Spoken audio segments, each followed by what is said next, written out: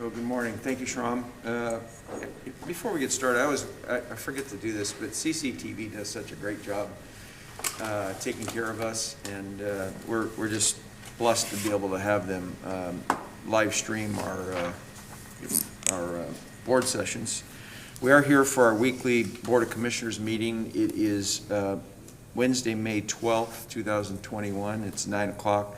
We're in the Senator Hearing Room at 555 Court Street. As always, we love to start our board sessions with a Pledge of Allegiance, if you'll join us.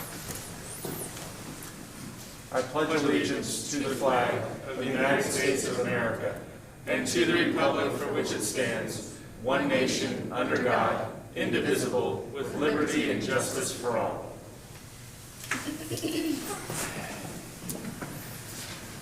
Well, I think I've said this before, but I started out in Detroit this morning really early, left about 6:45, and the sun coming down the canyon, even though there was a lot of burnt trees, sure showed some beautiful, beautiful scenery that you didn't see before. So I'm blessed and pretty inspired this morning to be here with you, and it's great to be back up there and seeing things happen. So up first, we have public comment. David Beam. David, welcome. Thank you. 2 days this week I get to see you. It's a blessing. I've been doing a lot for the county. I can tell.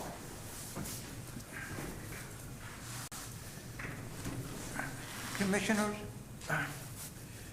the lady in my district said, why can we don't have a skater ring for the kids and the families can get services like at restaurants and eat out and have kids and go skating in Marion County. My idea, my policy is 2022 have a skating area for Lancaster Mall. There are a lot of empty buildings there. Why can we can't use that for skating ring for the kids can go and have fun and eat and meet and greet thing, like a greeting thing.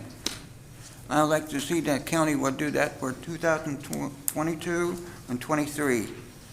And I wrote a proposal what it could be done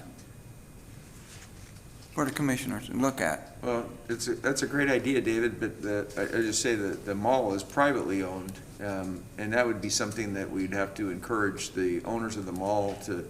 But I was thinking that you can maybe put a letter to them, the businesses, and ask them, do you like the idea?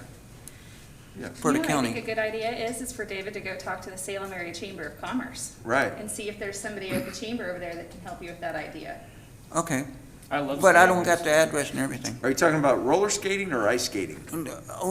Like you used to do it at the west, by the park, over by the riverfront. Used to have a skating place There's a there. roller skating rink. Yeah, but I want something like that for the kids to have fun and do not do any crime or anything. I think it's a great idea. I think you should call Tom Hofford on the phone. He works at the Salem Chamber. Okay. Great. I'll go. I'll bring my kids. Yeah. And I got the proposal what this could be done. I remember there was a roller skating rink over off of Market Street on the other side of the freeway. Yeah. State Palace. It was Yeah. a roller skating, right? Yes, I think I grew up I think I there. made a fool of myself there a few times. You probably did. When my kids were your kids' age. Yeah. That's great. Yeah. Was there But, black lights? Yeah. I think it could work. I think it could work, and I was talking to the governor this morning, and she wants to meet me, was on this idea of having it done for families in Marion County. I think she should just write the check. And she said she wants to talk to me about this. Very good. Thank you, David. It's good Thank to see you. you. Always. Thank Appreciate you. all your work. Thank you. Nice to meeting with you guys and work with you. And the other thing I'm talking about, because I don't have any ID for the county, because I'm on the fair board, I don't have one of them IDs to get in here for my meetings. Yeah, we don't issue IDs to volunteers. Yeah, I was thinking to get a volunteer ID in and out. Well, we'll see what we can maybe get a little card or something made up that shows you you're a volunteer at Marion County. We'll talk to Sherry and Okay. see if she has anything like that. Thank you. Okay, great. Have a good day. Thank you. Thank you. I'm sure Chad will follow up on that for us. Thank you. Okay, and speaking of Chad, it has Katrina's name by it, but we know that Chad Ball's here with us to give us our weekly COVID update. And we appreciate, Chad, all the work that you do in prepping for this every week. Thank you. Welcome. Thank you, Chair Cameron, Commissioners. For the record, Chad Ball with the Board's office. Today we had 53 COVID cases. We've had 21,968 total COVID cases over the pandemic period here. We've had 306 people pass due to COVID in the county, and our test positivity rate is at 8.5 for the entirety of the pandemic. For the last 2-week period, which was 4/25 to 5/8, we had an 8.3 test positivity rate with 292 cases per 100,000, or 1,019 cases. COVID-19 case rates decreased in the county by 11.1% for this past 2-week period, for the previous 2-week period. So we're starting to see a downward trend, which is really nice to hear. The bulk of our cases are still coming from the Central Salem, Northeast Salem, Brooks, South Salem, and Kaiser zip code areas. Yesterday, Governor Brown announced that she will be lifting a majority of the COVID-19 restrictions once we're able to vaccinate 70% of the state's 16 and older population. They're expecting that to happen in July. And then once that occurs, no county will remain in the risk categories. There will be some restrictions still in place. I think she's mentioned masks and a little bit of physical distancing, but we won't have the risk categories that we're seeing now. Governor Brown has also said that counties can move to a low category before that 70% if a county reaches 65% vaccination rate with their 16 and older population. Currently, our county is at 50%. We need about 36,000 more individuals to receive the vaccine to hit that 65 mark, and then we could move to low. To date, about 2 million Oregonians have received the vaccine. That's about 50% of all Oregonians have received at least one dose of the vaccine, with 1.5 million being fully vaccinated. Still, the vaccine is the best way to prevent COVID-19. In Marion County, we've had 87 breakthrough cases, which basically means someone who's been fully vaccinated has contracted the virus. That's only 0.8% of fully vaccinated people in the county. So it really is the best way to get the vaccine, and we encourage everyone who's willing and able to go out and get the vaccine. I know that once I was able to get it, I went out and got it right away, and I've definitely felt safer meeting with friends and family. For those who are willing, you can call 211 or visit our COVID-19 webpage, and we have all the clinics there. On Monday, the FDA approved the Pfizer vaccine for ages 12 to 15. Currently, the CDC and the Western PACs are reviewing the information, and we're expecting a decision any day on whether or not Oregon will start vaccinating those 12 to 15 years or older. Then lastly, there are definitely still a lot of rumors circulating about the vaccine. We encourage people to talk to their primary doctors, visit our county website where we have a lot of links and information about the vaccines. Just make the best decision possible for you and your family. And thank you to those again who have been vaccinated. That's it. So thanks, Chad. I just wanted to clarify one of the things at the 65% level. I think plus we have to submit a plan at 65% on how we're going to continue to reach out to the underserved populations. Yes, that's correct. Right. Yeah. So and we're doing that already. So it's a matter of documenting that plan and submitting it. It's great news that we're that close. So thank you, Commissioner. Did you mention that, I think starting next week with the allocation of vaccines, there's going to be a fair amount of primary providers receiving those doses? That's correct. Yeah. And so I guess my message to the community is call your primary doctor now, get an appointment for next week, ask them if they're receiving doses so you can get in and get that vaccine if you're interested in receiving it, and don't wait till next week to make the appointment. And we're starting to see a big shift in how vaccines are distributed, period. We're moving away from the model of the big fairground type vaccine clinics to smaller clinics within the community, to primary care physicians. So there's just, people have a better chance of getting in, not long wait times, and they can talk to their doctors. So. But Salem Health at the fairground still has walk-ins And it's available. free. And it's free, so you don't have to pay, right? If you go to your doctor, you might get charged for an office visit. That's right. So, but it's there. And then the email that came out yesterday, which was really good news, that we're setting up a clinic for our employees that have not had an opportunity. It's going to be here. I can't remember the date. It'll be here next Tuesday from 9 Next- to 11 for county employees to be Okay, vaccinated. so- And for chariots as well. Great. So those smaller, as you said, those smaller vaccine clinics are going to be the wave of the future.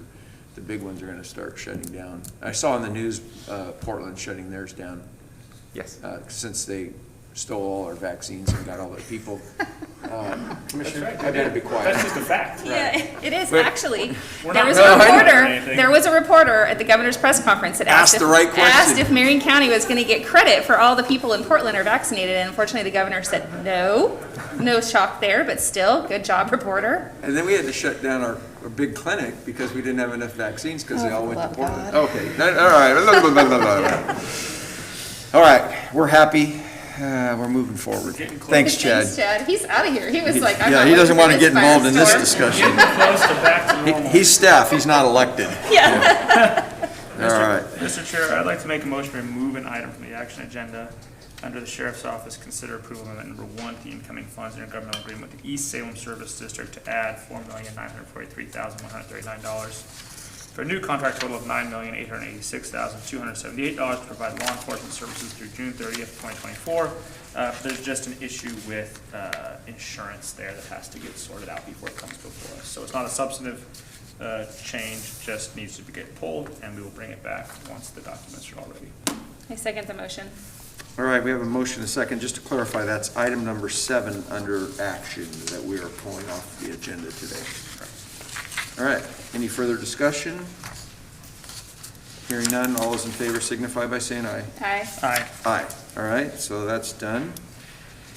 Next up, we have a proclamation today.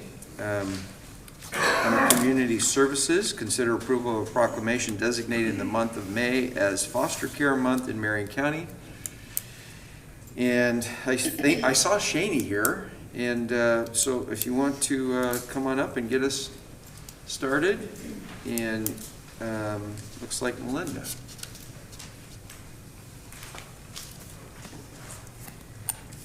And Stacy.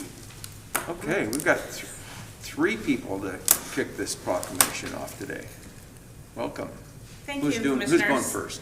Thank you. Good morning. My name is Melinda Hautala with Marion County Community Services. I'm the Program Coordinator for the Children and Families Commission, and I'm here to propose a proclamation to declare May as Foster Care Month in Marion County.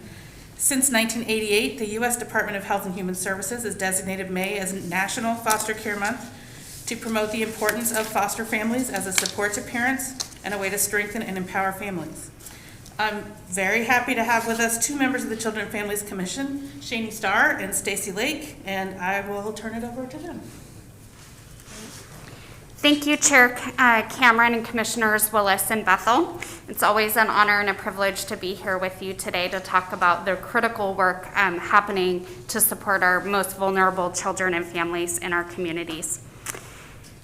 I have said 2 things since being involved in child welfare in the last 5 years. The first is that the issue of foster care is not a political issue, it's a society issue. And number 2, that the children that are involved in our foster care system are our children. They're our community's children. They are not necessarily one agency's responsibility. Currently in Marion County, we have 453 kids in our child welfare foster care system. The good news is with the partners at Oregon Department of Human Services Child Welfare are working really hard to reduce those numbers and support our families prior to having to remove children. So we are seeing those numbers go down.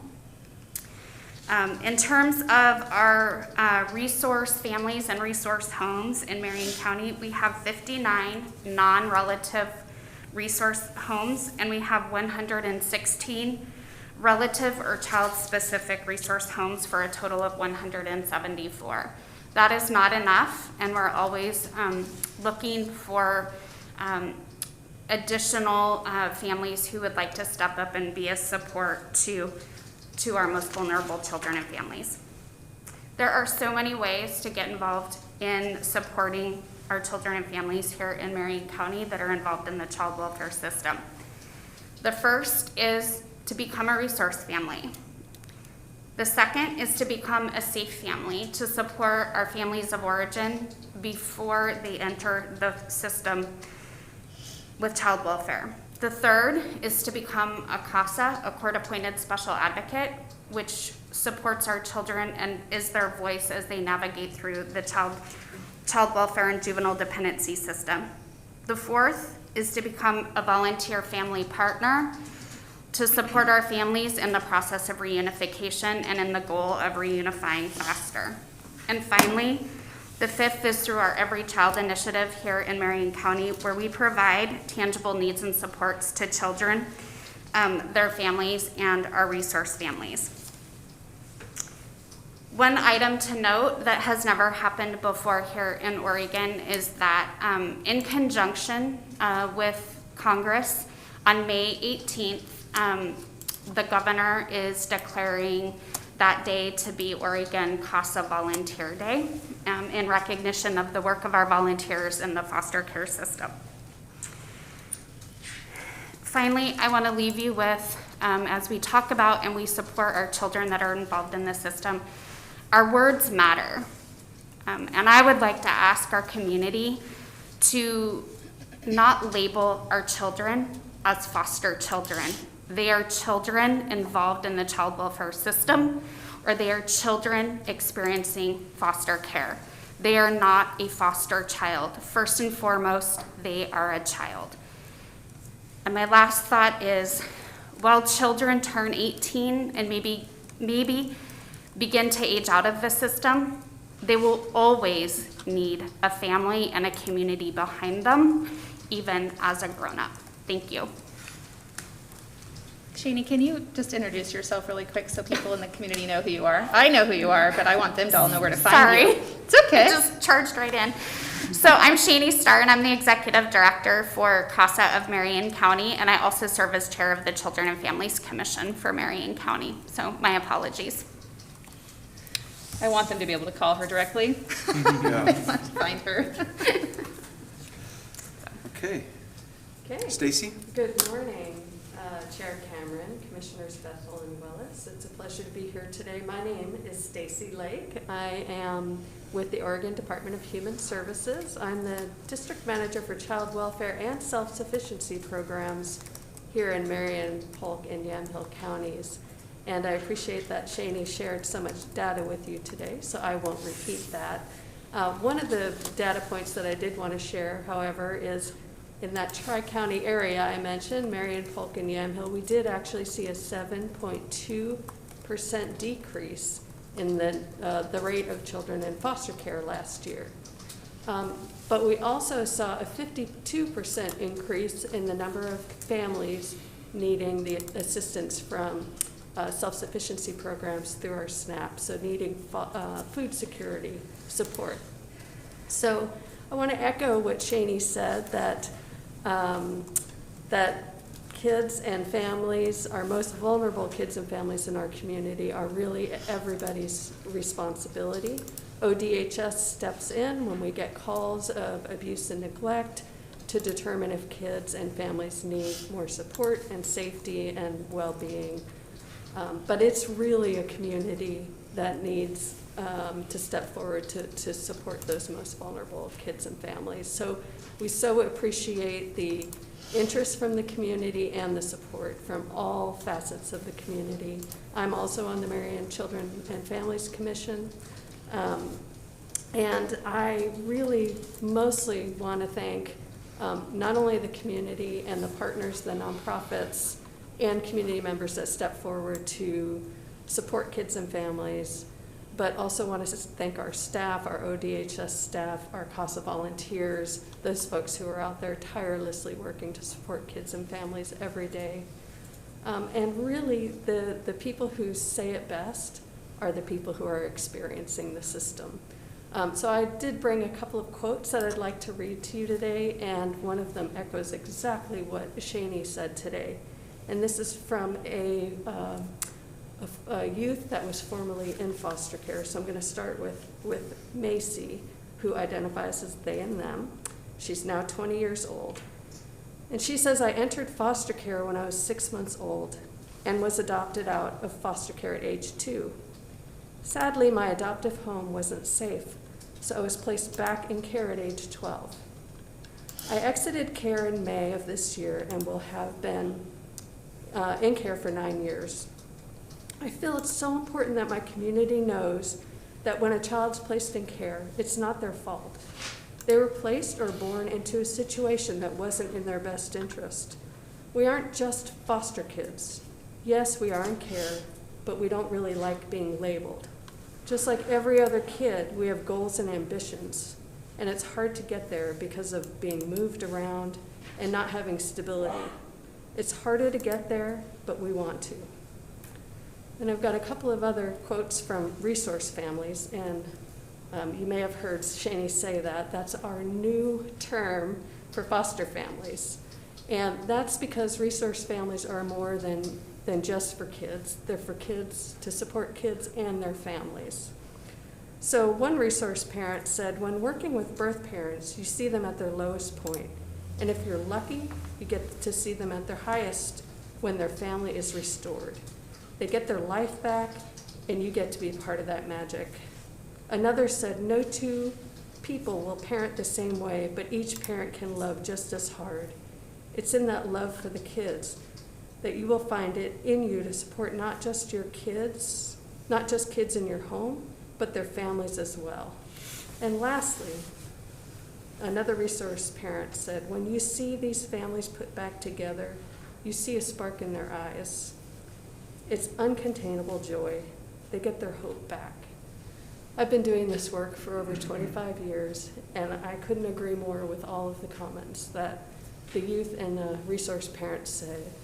I also have worked very closely, obviously, with birth families, bio parents, and their kin who are there to support families and their children and youth. It's my vision that someday we don't need a foster care system, that the community, the families that surround the families and kids that need it most are there for them. And that's what we're working towards right now, is to really support kids to stay in their families, provide parents what they need in order to provide safely for their kids every day. Thank you for having me. Stacy, thank you. And I think this is a great representation of what it takes to make this happen. We don't have necessarily a foster parent here or a parent that the child's been reunited with, but it takes a lot of effort with different people working together to make that happen. And obviously going back even to the education system and educating our parents, our kids, and it's a challenge. And I can remember, oh my gosh, it's been 10 years ago when the call came out. It's been over 10 years, and I was in the legislature, and I remember Dick, the calling out for foster parents, and the church I was attending at the time, trying to even raise up people who could give these foster parents a break, because they were so overwhelmed at times. So the work that's gone into this over the years is extremely important and will make a difference as we go down the road. So, Commissioner, I can tell you have some comments. No? Well, I think I always have something to say, but I think today I just want to say thanks to Shani and Stacy. I know Shani personally and think that everything that she's done since she's, in my opinion, taken over CASA of Marion County has been remarkable. And she's fierce for the kids. And when you experience all the things that these kids are experiencing, they need somebody that's going to stand up and show up. And I really admire your stand up. People should watch out. I think they do, but I really love that about you. So good job. Thank you. Just to add on to that, I know when you took over, there weren't as many advocates here for the kids, and now we're full, right? And that's a testament to your work. So, speaking of that, Shani, how are you funded? It's a fight right now. We have, for us here in Marion County, CASA is funded at about 12% from the general fund from the state. The rest of that is made up of our amazing donors and grants and writing grants. So lots of grant writing and just building relationships with our community to support us through donations. Correct me if I'm wrong, but you're required to exist. CASA is required to exist by law? Correct. We are what I affectionately call an unfunded mandate set forth by state statute. I just want to bring that up because I think it's important for people in the world to realize that kids are super important, and they're important to our state and the decision makers, but they don't seem to show up with the money, and it would be really great if they would, to make sure that we have the resources available to support resource families and these kiddos. But since they're probably not going to anytime soon, if you in the community feel compelled, I'd say give your next donation to CASA of Marion County so we can get more of those resource families. I'm a regular donor, by the way. Yeah, personally I have over the years, but Cheney, Commissioner Bethel said she knows you personally. I wonder if she knows that I have an idea. I would never know that. You personally, I've done this one time before, but it was for another cause with you. One of her favorite foods is Brussels sprouts. Oh, mine too. No, it's not. Right? You know how No. your mom would say, you got to eat those and, or Yep. whatever? Well, there was one evening we were having dinner, her and her husband, and it was at the convention center, I'll never forget. And I challenged Shani to eat Brussels sprouts, and I would donate, I can't remember what the deal was, but she did, and I donated money. So I think maybe, Shani, you could probably have some Don't you think she donation. already suffers enough with her job? I mean, like, you're kind of like adding suffering We talk to this about who poor we know woman. personally. I go, I could come up with this fundraiser with Shani and for CASA. Okay. Anything but Brussels sprouts. Well, that's what I'm saying. I know how hard that was for you that evening. That's great. Oh, my gosh. Yeah. Thank you for your service and all of you for what the teamwork that's represented here and beyond. Thank you. Okay, so Commissioner Bethel. Absolutely. Mr. Chair, I move to approve a proclamation designating the month of May as Foster Care Month in Marion County. Second the motion. Motion and a second. Any further discussion? Hearing none, all those in favor of approving the proclamation? Aye. Aye. Aye. Okay. And would you like to start us off? Sure. In the matter of proclaiming May as Foster Care Month, this matter came before Marion County Board of Commissioners at its regularly scheduled meeting on May 12th, 2021, to proclaim May as Foster Care Month in Marion County. Whereas we recognize that the growth and development of children is of the utmost importance, and every child deserves a safe, loving, and stable home. And whereas many children in our community must be temporarily removed from their homes to ensure that the child's physical and emotional needs are addressed. And Whereas foster parents who open their hearts and homes to support children whose birth families are in crisis play a vital role in providing safe and strong foundation for children. And whereas there are numerous individuals in public and private organizations, the courts, and in the faith-based community who work to support the foster care system and recruit foster families. And Whereas May has been designated National Foster Care Month, and this year's theme is Foster Care as a Support to Families, Not a Substitute for Parents, which highlights the importance of supporting parents in need and honoring the critical role of foster parents in keeping families together.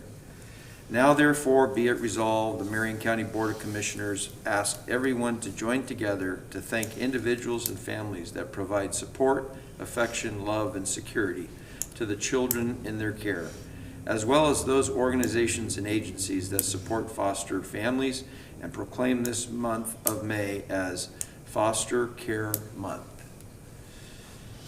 Thank you very much for being here. Thank you. Dated this day, the 12th of May, 2021. the ones on the left. Thank you. You're welcome. I'm going to sign 3 of them that way. I mean, I guess you could perfect your signature in the process. I definitely need to work on it. We have one of these that for you. Thank you. Who's gonna receive this? I guess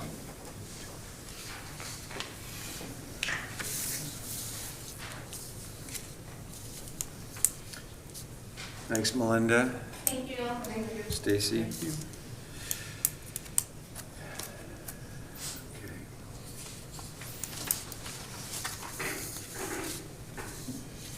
All right, we have the consent calendar. Commissioner Willis, you want to read it? I don't know whose turn it is, but it seems like it's a really long I one. would be happy to. Okay, Mr. Chair, I move the consent agenda in it, under Sheriff's Office. Approve amendment number 3 to the contract for services with Communications Northwest to add $17,974.59 for a new contract total of $294,247.96 for materials needed to complete the Marion County Jail Radio Project through May 31st, 2021. I second the motion. Motion and second on the consent calendar. Any further discussion? Seeing none, all those in favor signify by saying aye. Aye. Aye. Aye. Okay. On to our first action item. Under Health and Human Services, consider approval of incoming funds intergovernmental agreement with the Oregon Health Authority in the amount of $11,927,751.74 for the financing of community mental health addiction treatment, recovery, prevention, and problem gambling services retroactive to January 1, 2021 through December 31st, 21. Welcome, Ryan. Thank you, Commissioners, and good morning. And I am here to seek approval for the new intergovernmental agreement with Oregon Health Authority for addiction treatment and mental health services associated with our role as the community mental health program. You'll note that while this contract, in terms of its language, is very much in line with previous agreements, there's... Before you get too far, you want to go back and identify. Oh, yourself. I'm sorry about that. My name is Ryan Matthews. I'm the administrator for the Marion County Health and Human Services Department. Great. Thanks for the reminder. And so while this agreement is in line with, in terms of language and content, with our previous intergovernmental agreements with Oregon Health Authority, there's a couple of significant changes. The first being that this has historically been a contract for a biennium, and this is for a single year. That was a change that was made based on sort of the fiscal year 1921 IGA that we signed that was for 18 months. They had a goal, Oregon Health Authority did, to begin issuing this contract on a calendar year basis instead of fiscal year, and they did this for an annual agreement this time, where it's only currently for calendar year 2021. The other significant impact of this change is that, here we are in May and we're signing an agreement that goes back to January 1st.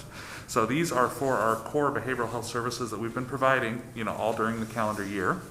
And even more impactful in our community is that this IGA has several pass-through funding sources to community providers. So we have community providers, including residential providers and adult foster homes, that have had to wait on this contract to be received from Oregon Health Authority and ready for our review and execution before they can receive payment. So it has certainly had an impact in our community just in terms of the funding for these services that have continued.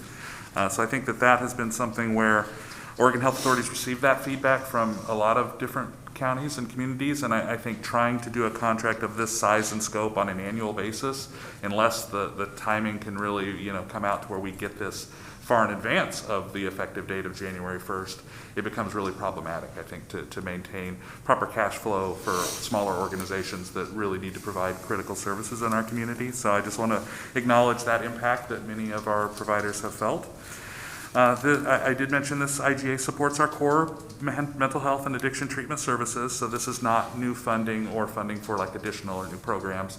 This is to continue to fund our crisis services, our children's and adult mental health services, our addiction treatment services, and the like.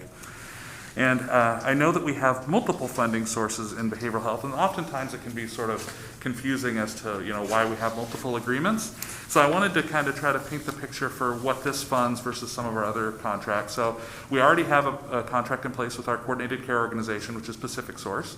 We are a provider, and Pacific Source contracts with us for the Medicaid population in Marion County, which is, I think there's a little over 100,000 members in Marion County that are on Medicaid. That funding goes from the state to the coordinated care organizations, and the CCOs then contract with providers, which of course includes us as the community mental health program and the local public health authority. So they contract with us to provide those critical services to their members, which are the Medicaid population in our county. We also have agreements with various private insurance companies.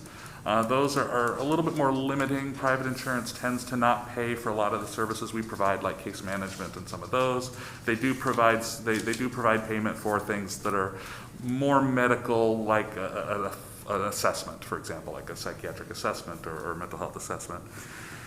And then this contract is to provide sort of for everybody else, the rest of our population. So you think of people that don't have resources. They don't have private insurance. They don't have Medicaid.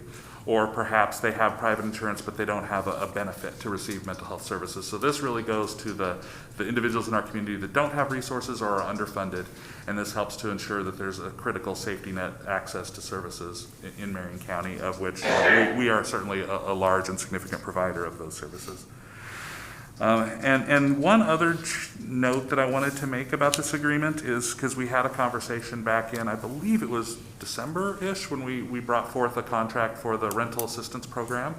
And that was where we had to pass through some funding to Polk County. So we had an arrangement where there were historically 60 rental assistance slots in Marion/Polk County, but that entire contract was funded through us. So we were basically a pass-through entity to then turn around and give funding to Polk County for their 15 slots, but that also deprived Polk County of having that direct contractual relationship with Oregon Health Authority for services that they provide. So while the timing didn't work out, you'll note that this contract does actually still include all 60 slots. We do have approval and agreement from Oregon Health Authority and with Polk County that once this is executed in a future amendment, they will be taking the funding for that 15 slots, directly contracting that to Polk County. So we are not seeking to develop a contract with Polk County to pass through any funds. That'll be handled through a future amendment. But that was, part of that was sort of a timing issue with when this contract was being put together and issued and when some of those decisions were being made. And I'm happy to answer any questions you might have about the contract. I just have one, Commissioner, go ahead. This Sure. is roughly $12 million of value to the county in terms of providing our services. How much is the Pacific Source contract worth to us? The Pacific Source contract is about $19 million. Okay. That's my only question. Okay, You good? yeah. All right, take a motion. Mr. Chair, I move to approve the incoming funds intergovernmental agreement with the Oregon Health Authority in the amount of $11,927,751.74 for the financing of community mental health addiction treatment, recovery, prevention, and problem gambling services retroactive to January 1st, 2021 through December 31st, 2021. And I second the motion. A motion and a second. Any further discussion? Hearing none, all those in favor signify by saying aye. Aye. Aye. Aye. Thank you, Thanks, Commissioner. Ryan. Thank you, Ryan. Okay, our next action item under Public Works, consider adoption of administrative ordinance granting comprehensive plan amendment zone change property line adjustment CPZCPLA case number 21-001 Wing Properties LLC and Shane and Tracy Meyerhofer. Joe. Good morning, Commissioners. For the record, Joe Fenimore. This item before you today is to change the comprehensive plan designation from primary agriculture to industrial, with an exception to statewide planning goal 3 agricultural lands. Change the zone from EFU to industrial, and this is on a 3-acre portion of a 5-acre parcel. The properties are located at the corner of Whiskey Hill and Shank Road Northeast, east of Hubbard. The hearings officer conducted a public hearing on the application on March 4th, 2021, and on March 8th, issued a recommendation that the board approve the request, subject to conditions. The board held a public hearing on the application on April 21st, after considering all the arguments and testimony in the record, approved the request, subject to the recommended conditions. The conditions can be found in Exhibit B on the second to the last page of your packet. These are standard conditions for adjusting property lines and developing industrial property, include survey requirements, filing of deeds, septic review, right-of-way dedication, and stormwater detention. The ordinance and findings have been prepared, and notice of adoption was given on May 5th, The administrative ordinance is now set for formal adoption. The board has the options of adopting the ordinance as written, direct staff to prepare a modified ordinance, choose not to adopt an ordinance at this time. Staff recommends the board adopt the ordinance as written, and I'll be happy to answer any questions. Questions for staff, for Joe? I feel like we already did the work on this. What? Said I feel like we already did the work on this. Oh, yeah. We already had the hearing and Okay. made our decision. Was it Smoky Hill Road? What did you say? Whiskey Hill. Whiskey Hill. Whiskey, Smoky Whiskey. There you go. Never mind, I'm not gonna say anything. Okay. Yeah, Whiskey Hill Road. Yeah, that's up in, out of Hubbard, right? Correct. Yeah, I remember that road. Okay. We'll take a motion then. My turn? Yep. Okay. Mr. Chair, I move that we adopt an administrative ordinance granting comprehensive plan amendment zone change property line adjustment CPZCPLA case number 21-001 Wing Properties LLC and Shane and Tracy Meyerhofer. Oof. Second the motion. All right, motion and a second. Any further discussion?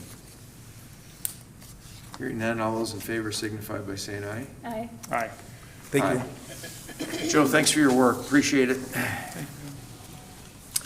Our next item is to consider approval of a contract with services with Mountain View Tree Service LLC in the amount of $250,000 to assist with the Winter Storm 2021 debris cleanup and provide on-call tree trimming and removal services through April 30th, 2023.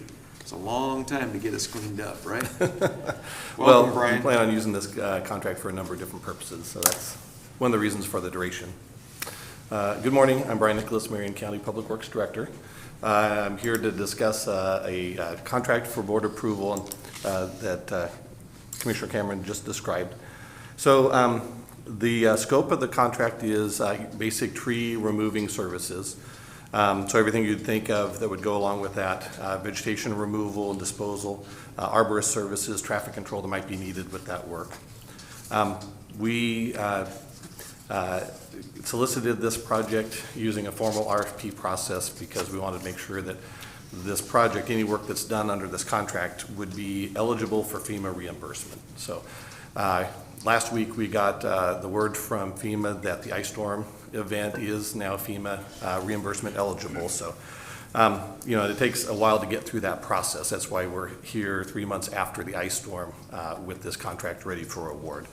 So one of the reasons, motivations for pursuing this contract really is to supplement Public Works' vegetation control capacity, right? And Mountain View also has some additional capabilities, so they're able to do high elevation work that just is beyond the reach of our reach lifts and that sort of thing. So even in the, well, we don't really plan on using this contract for wildfire debris removal. It's mostly for the ice storm debris removal. You know, we still have a couple of months worth of work out on the roads. This would supplement county work out on the roads, mostly to take care of some of the larger work that's really beyond our staff and equipment capabilities.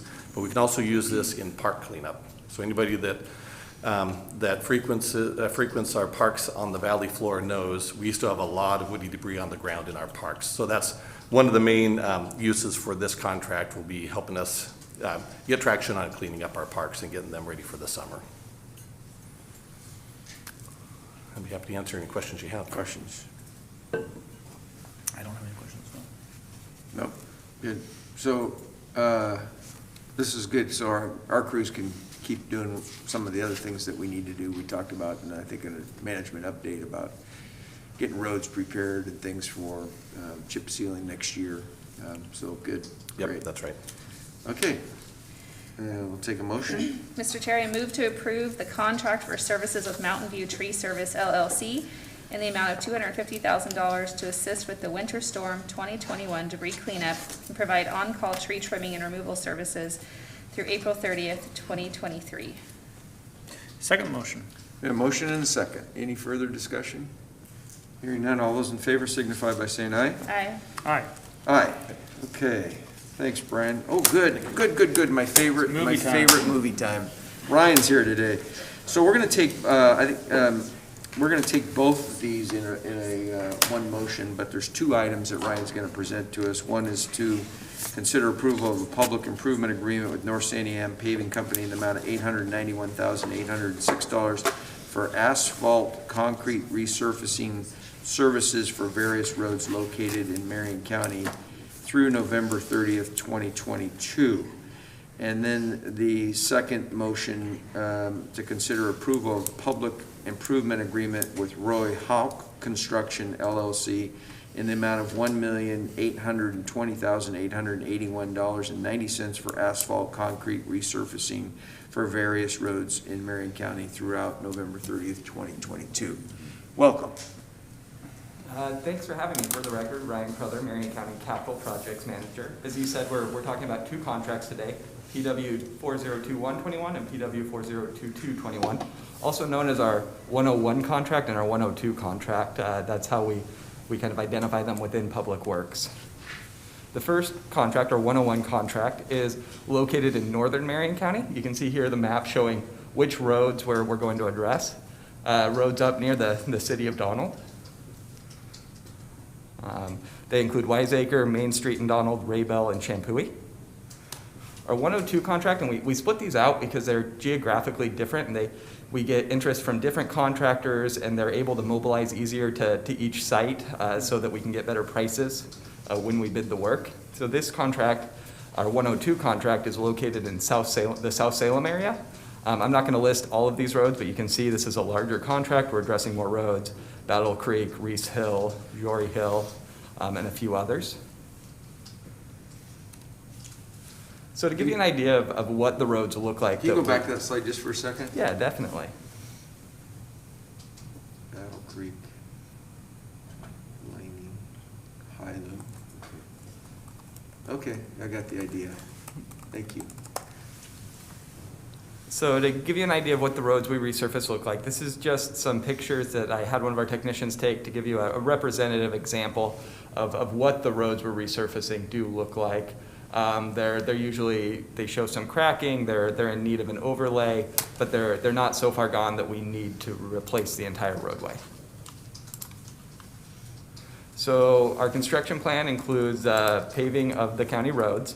With our 101 contract, we're going to pave 4.4 miles of roadway, and with our 102 contract, we're paving 9.5 miles of roadway. So in North Marion County, we'll do almost 4.5 miles of road, and in South Salem, 9.5 miles.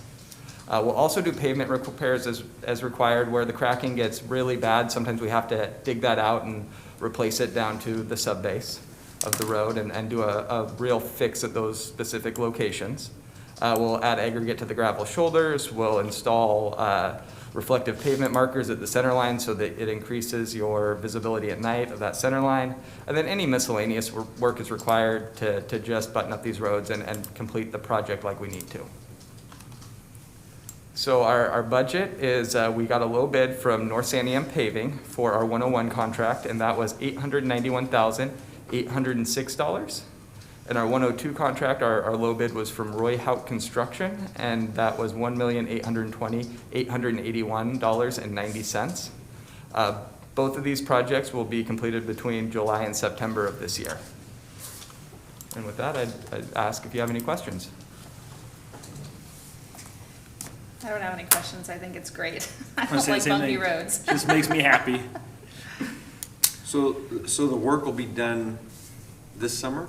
It'll be done this summer. Okay, good. We do take our contract out through next year just in case there's something that we find, what we call a punch list. If they don't do something quite right, we make them go out and fix it, and that can take time after the work is officially complete. So we extend that contract for 1 extra year. Well, we take a motion. It's my motion, right? Just put them both together. Yeah, so, Mr. Chair, I move that we approve the public improvement agreement with North Santiam Paving Company in the amount of $891,806 for asphalt concrete resurfacing services for various roads located within Marion County through November 30th, 2022, and that we approve a public improvement agreement with Roy Hauk Construction LLC in the amount of $1,820,881.90 for asphalt concrete resurfacing services for various roads located within Marion County through November 30th, 2022. I second the motion. We have a motion and a second. Any further discussion? Hearing none, all those in favor signify by saying aye. Aye. Aye. Aye. All right. Are we good? Yes, this is something different, so as soon as you Okay. close that. Well, maybe I don't want to yet. I'm sorry. Just as soon as, I said. Okay, so motion Thank you, passes Ryan. unanimously. Mr. Thanks, Chair. Ryan. Just one more, Okay. that's 14 miles of overlay that we're gonna do, paving that we're gonna do this year. And I know we had a discussion that we were gonna have to set a lot of this back, but it's good to hear that we're getting some stuff done, some good things done in those roads out there. Probably 4 or 5 years ago, I'd have to declare a conflict of interest because those roads out south. You would. I used to live That is right out not there. a That's why I conflict of was looking- interest, Commissioner. I was looking at it, and Reese Hill was one of my favorite roads over to go work out in the morning. So, yes, go ahead. So it occurred to me after we made the motion for item number 5 or 4 on the calendar for the approval of Mountain View Tree Service, that I should state on the record that an immediate member of my family is an employee of Mountain View Tree Service and receives a paycheck from them. Okay. And although I have had nothing to do with this contract, I asked Brian to stay in case there was questions about how the contract was secured by you. So you're declaring a potential conflict? Yeah, I mean, he does live with me. Yeah, yeah, Not Brian, the person that works for Mountain View. Yep. right. Good job. Mr. Chair, if I may, based on Commissioner Bethel's statements, I think it's an appearance of a conflict, but it is not an actual conflict. Right. that would- Potential. Yeah. It's good. So declared for the record. Okay, thank Okay. you. Thanks, Brian. And I can see you out there with your chainsaw. In fact, I do have a chainsaw. I know you do. And I do I'm gonna use stay it. away from No that. question about that. It's a favorite pastime of mine. Yeah. Get out As there, long as take care of the that work. chain is sharp, they work good. That's true. I heard somebody the other day trying to cut the tree and it didn't sound like he had a sharp saw. Okay, so I think we have one more item, right? Yes. I was wondering why the second top guy is here with us today. We got I extra see- security in the room I see a today. couple, we got security with us. All right, so consider approval of incoming funds intergovernmental agreement with the city of Aurora in the amount of $204,569 for patrol, to provide patrol services through June 30th, 2022. Under Sheriff Wood and Commander Stutrud are here. Welcome. And Glenn, don't forget Glenn. He's in the audience. Glenn, I think Glenn was here for the item we pulled off the agenda, right? Mr. Rader? I'm sorry. Sorry. Glenn. Yeah, We like seeing you, though. You're welcome anytime. yeah. Yeah, I like to come see what you do. all Oh, right. my gosh. You bring your skates?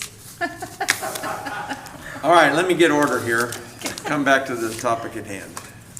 Good morning, Commissioners. For the record, Jeff Wood, Marion County Undersheriff, and with me is... Jeff Stutrud, Patrol Commander for the Sheriff's Office. And we are here to ask the board to consider approval of an agreement with the City of Aurora in the amount of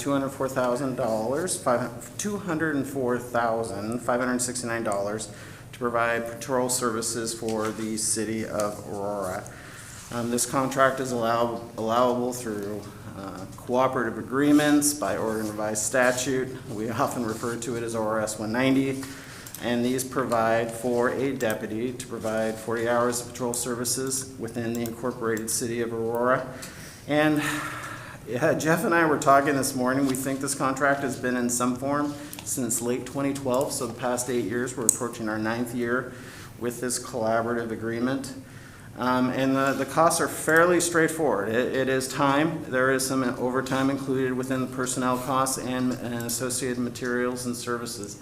That gets us to that $204,000 number. And with that, I'll turn it over to Commander Stutrud. Yeah, as the Undersheriff said, we're going on 9 years for this great partnership with the City of Aurora. It's been very successful over the years. We were talking earlier this morning also, as you you guys are aware that Deputy Bangs has helped us get a lot of these contract positions and stuff going. He was the original deputy up in Aurora back when we first started it, and then it's kind of changed hands over the years to Deputy Bill Chinikoff is in that assignment right now. He's doing a great job. You know, the deputies are involved with any of the community events up there. Colony Days is one of those events, which is actually coming up August 6th and 7th of this year. They attend the city council meetings and just give updates and then work with the city on any challenges or problems that are coming up or suggestions on what the city can do. You know, the crime rate is fairly low, but I would argue that because of the assigned deputy working in the city for 40 hours a week is a result of that, or the crime result is down because of that. So,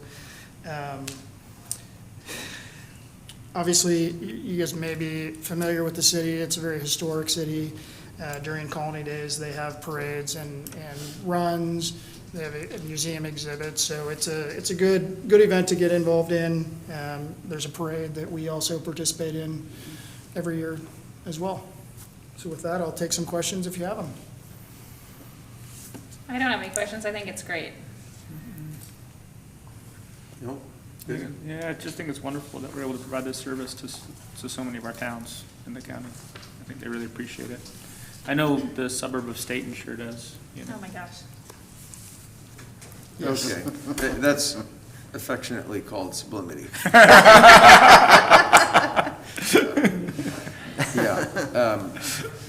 Yeah, I know the times I've been up there for city council meetings are, is Parisi still overseeing the contract? He is, yes, Okay. sir. Yeah, you know, our people do a really good job of being there and reporting and, you know, at nighttime and talking about what we do. So this one, and let's see, we've got Sublimity and Jefferson, are those the three cities? Oh, we Correct. got a little bit at Donald, don't we? No? We don't have that one anymore, No. no, sir. Okay. All right, so we added a North County, how's our North County deputy position? Is that filled right now? It is Deputy Todd Spoon. Yeah. Okay, He's so in that very active. Deputy attending Spoon is meetings. still there. He's been up there for about a year now? Has it been that Probably long? going on a couple years. Has it been that long? Yeah, it's been longer. Yeah, He works very well with our lead team too, I know. Yeah. correct. He does a Yep. really good job. Yes. Yeah. Yeah, and then I will say this morning at like, I left the house at 6:45 and when I hit Mongold, there was, I thought it was Garrett and I texted him, I said, hey, you just passed me, and he goes, you woke me up. It was somebody else up in the canyon really early this morning, so. Perfect. Your guys, We're trying to stagger those hours just for you. well, I gotta be more aware. And then there was a Stady a little bit further down the road with his lights on, had somebody pulled over, so, it was good to see people out on the road early in the morning. I thought about this because I got stopped right at that, you know, right by our park that we were talking about. I got stopped there and I was the first guy in line. They did not, and this was like at 7:15, they weren't set up. This is where that roadblock is, right outside of Gates. Not roadblock, but where they're doing that work. Flagging. So I was the first guy in line. The pilot car came this way and they're still putting out the pylons and stuff. I probably sat there for 5 minutes. When I got to Gates, the traffic was lined up all the way back to Gates at, 7:15 in the morning, so, yeah. Wasn't too bad of a delay, but there was a lot of trucks going up the hill. Okay, enough of that. Do we need to approve this, probably? Yeah, Mr. Chair, I move to approve the incoming funds intergovernmental agreement with the city of Aurora in the amount of $204,569 to provide patrol services through June 30th, 2022. I second the motion. I have a motion and a second. Any further discussion? Hearing none, all those in favor signify by saying aye. Aye. Aye. Aye. Okay. Thank you, gentlemen. Thank you. I have to say, I remember going to Skate Palace for grade school trips, field trips, so, I used to live next door. oh, okay. Over off of Market Street, right I behind. lived on Sunnyview. Oh, yeah. Like The apartments I lived in had a connecting driveway. And my mom was the apartment manager when they were building the second half of the apartment complex, and so she had them put in a man gate to one of the main perimeter gates, so that way the kids could go back and forth, and we did. There was a Circle K there. It was so fantastic. Yeah, what was the name of the restaurant there? John Wilbur owned it. There was a restaurant right out on Market Street there before power came in. Yeah, before the dealership. Oh, what was the name? It was a good restaurant. I can't remember what it was, but I never ate there. yeah. Circle K though. Yeah. But for the record, Commissioner Cameron, we encourage you to wake up Deputy Olson as much as you can, so please continue We that. encourage what? We encourage what? Please wake up Deputy Olson as much as you can. Garrett's probably watching us, so he's gonna probably Yeah. send one of us a bad text message. Yeah. Sometimes our updates are thanks to him. All right. Garrett, we love you, man. Okay. All right. Anything we want? Oh, we got to read the calendar. Oh, whose turn it was? It's Commissioner Willis's turn. Is it my turn? I think it is.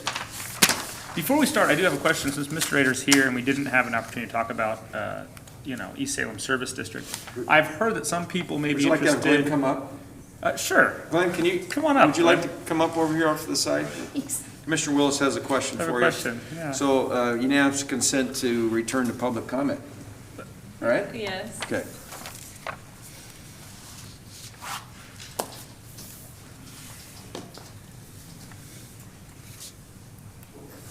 Good morning. For your record, my name is Glenn Rader. Good morning, Mr. Rader. How long have you lived in East Salem? 54 years, sir. 54 years. And I just want to thank you for your service in advising us as we sort of try to help with policing and everything else there. I've heard some folks suggest that maybe East Salem would be better named New Marion. Do you have any opinion on that? Oh, he just put you on the spot.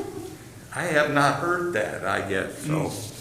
Because it's coming from these two. New Marion, huh? Yeah, what do you think about that? I like East Salem. Well, New Marion would be fine. It gets us away from Salem. Thank you. That's all I need. That's all I need. Okay, I'm gonna. Thank you, Mr. Rader. That was the idea. Well, you That's all he wanted to hear. All right.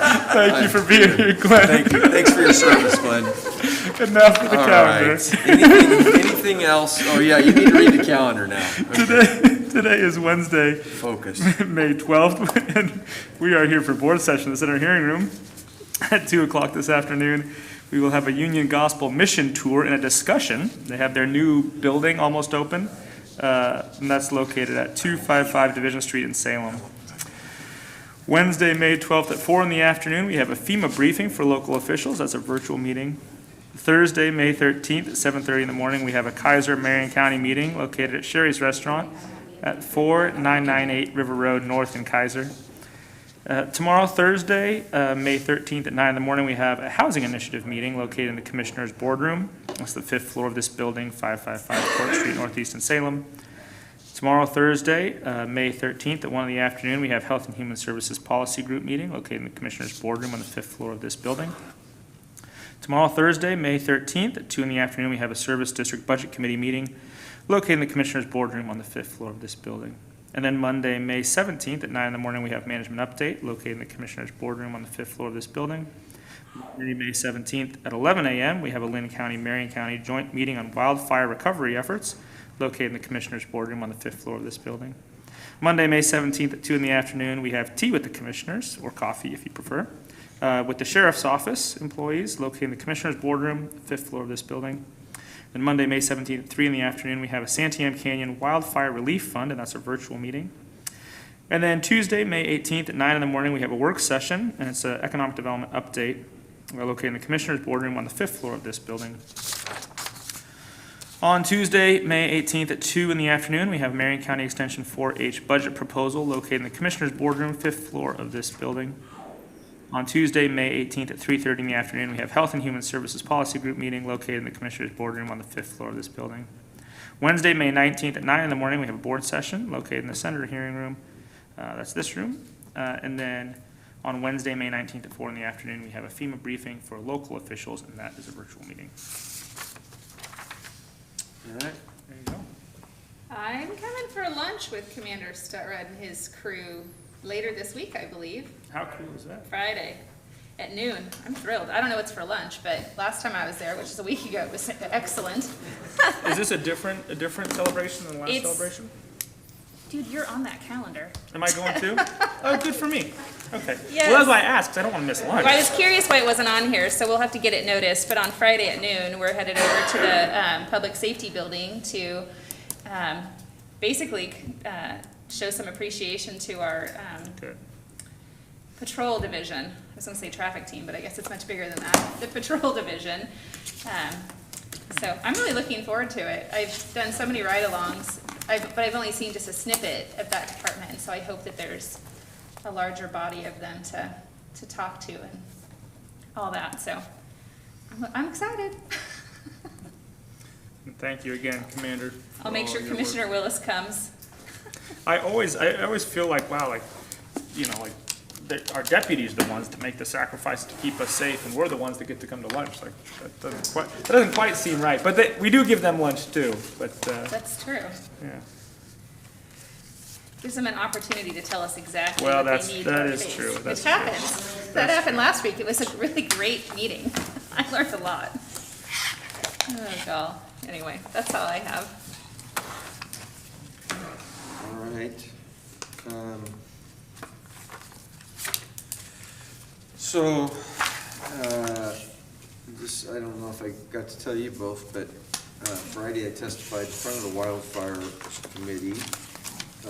That went, I thought, really well on our, it's on the House bill that it will be going, they'll probably vote it out on this Friday, goes to Ways and Means, it has a lot of the funding in it. But Representative Clem caught that we had, somehow we dropped off our patrol amounts in there, so we got that back on this week. Barb and Jan really worked hard, and so things are going really well over there. We hope it gets through everything that we're doing. You know, I mentioned to somebody the other day, it'll be Christmas in July as we open all the gifts to see what funding actually comes through, right? But I sat there with Capital Construction for probably 2 hours at least. I never got called to testify. Wow, that's lovely. So we submitted more written testimony. I think we're gonna be okay. We've got plenty of people paying attention to us. But it was amazing the projects that people were asking for, like swimming pools.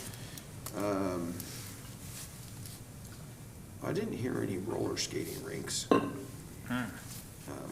But just all kinds of individual projects. But one of the that asked was Jane Downing on her